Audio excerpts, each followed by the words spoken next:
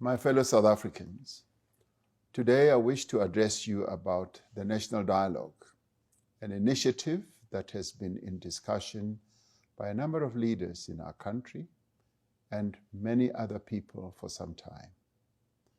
This initiative has been gathering great support and enthusiasm since it was proposed last year. It has been endorsed by a wide range of formations across society. Over the last few months, we've been engaged in discussions with various entities on the purpose and the form of the National Dialogue. In the wake of these consultations, there is broad agreement that given the challenges our country is facing at the moment, we should convene the National Dialogue. The idea of holding a dialogue is not a new concept in our country. In many ways, having dialogues is part of our DNA as a nation. At every important moment in the history of our country, we have come together as a nation to confront our challenges and forge a path into the future in dialogue with one another. Through dialogues, we were able to deal with the challenges that the apartheid system caused in our country and achieved peace and overcame violence. We established a democracy and ended apartheid. Following the negotiations process, we used dialogue to start building a united nation where once there had only been conflict and division. We achieved all this because we came together in dialogue to discuss our difficulties, our concerns, our hopes, and our aspirations as a people. For more than 30 years, we have worked together to realize the promise of our democratic constitution. We have made great strides as a nation, expanding freedom, deepening democracy, and building a better life for millions. Yet we face persistent challenges.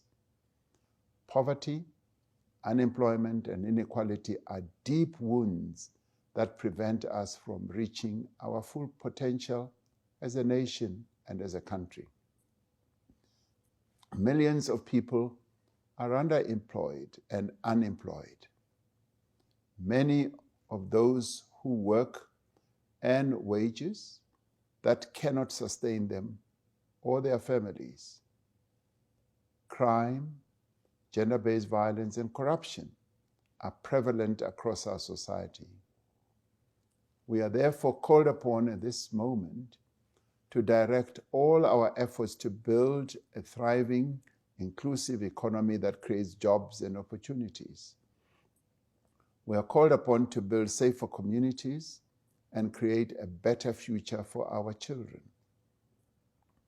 We are also called upon to give all sectors of our society, men and women, young and old, persons with disabilities, the LGBTQI community, and urban and rural people, a voice to determine how we address the problems of today and build the South Africa we want for future generations. That is why we have agreed to convene an inclusive national dialogue. The dialogue will be a people-led, society-wide process to reflect on the state of our country in order for us to reimagine our future. The National Dialogue is a chance for all South Africans from all walks of life to come together and help shape the next chapter of our democracy. Through the National Dialogue, we seek a shared vision of what it means to be a South African and develop a new national ethos and common value system. It is an opportunity to forge a new social compact for the development of our country, a compact that will unite all South Africans with clear responsibilities for different stakeholders, government, business, labor, civil society, men and women, communities, and citizens. It is anticipated that the National Dialogue will drive progress towards our Vision 2030 and lay the foundation for the next phase of South Africa's National Development Plan. The National Dialogue itself is not an event. Rather, it will be a participatory process that unfolds in phases, from local consultations and sectoral engagements to provincial and national gatherings. In my capacity as the head of state, I will be calling a national convention on Friday, the 15th of August 2025. This national convention will represent the diversity of the South African nation. The first national convention will set the agenda for the National Dialogue. It will be a representative gathering, bringing together government, political parties, civil society formations, business, labor, traditional leaders, religious leaders, cultural workers, sports organizations, women, youth, community voices, amongst others. Through their various political, social, and other formations, in their workplaces and places of worship, communities, villages, and sites of learning, South Africans will, in the months following the National Convention, be encouraged to be in dialogue to define our nation's path into the future. The views, concerns, and proposals that will emerge from this conversation will be brought together at a second National Convention that is planned to be held in the beginning of next year. This second National Convention will reinforce our shared values and adopt a common vision and program of action for our country into the future. We expect that the National Convention will finalize a compact that outlines the roles and responsibilities of all South Africans. To guide and champion the National Dialogue, I am appointing an eminent persons group. These leading figures in our society, reflecting the great diversity of our nation, with a proven commitment to the advancement of social cohesion and nation building.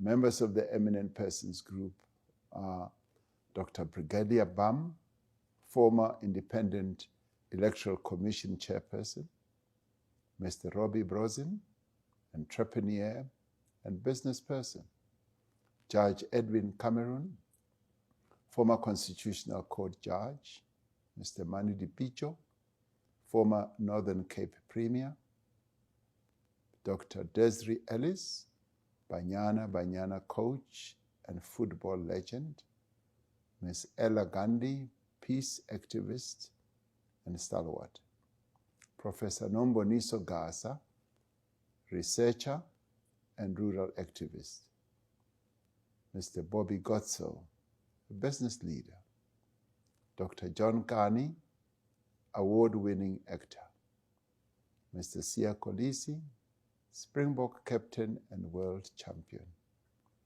Ms. Mia Leroux, Miss South Africa 2024. His Grace Bishop Barnabas Lekanyani, leader of the Zion Christian Church. His Grace Bishop Engenas Lekanyani, leader of the St. Engenas Zion Christian Church. The Most Reverend Thabo Makgoba, Anglican Archbishop of Cape Town. Professor Tinyiko Maluleke, Chairperson of the National Planning Commission. Dr. Barbara Masikela, poet, educator, and stalwart. Ms. Lindiwe Mazibuko, former Member of Parliament. Mr. Rolf Meyer, former Minister and Constitutional Negotiator. Ms. Gina Mhlope, storyteller, writer, and actor. Ms. Nompendulo Mkachwa, student activist and former Member of Parliament. Ms. Khothatso Monjane, Grand Slam tennis champion. Professor Harry Rangwezi Nengwekulu, former activist and educationist. Mr. Beki Nchalinchali, unionist and former COSATU General Secretary. Hosi Philia Mwamitwa, traditional leader. Hosi Thabo Siahlulo, chairperson of the National House of Traditional and Khoisan Leaders. Dr. Gloria Serobe, business leader. Dr. Imtiaz Suleiman, founder of The Gift of the Givers. Professor Derek Schwartz, academic. Ms. Lorata Trok, author and early literacy expert. Mr. Sibusiso Vilane, mountaineer and adventurer. Mr.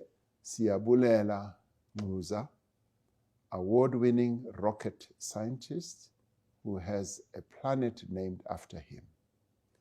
Ubaba Ushembe Unyazi Lwezulu has also been invited to join the Eminent Persons Group, but as he is traveling, has not been able to confirm his availability.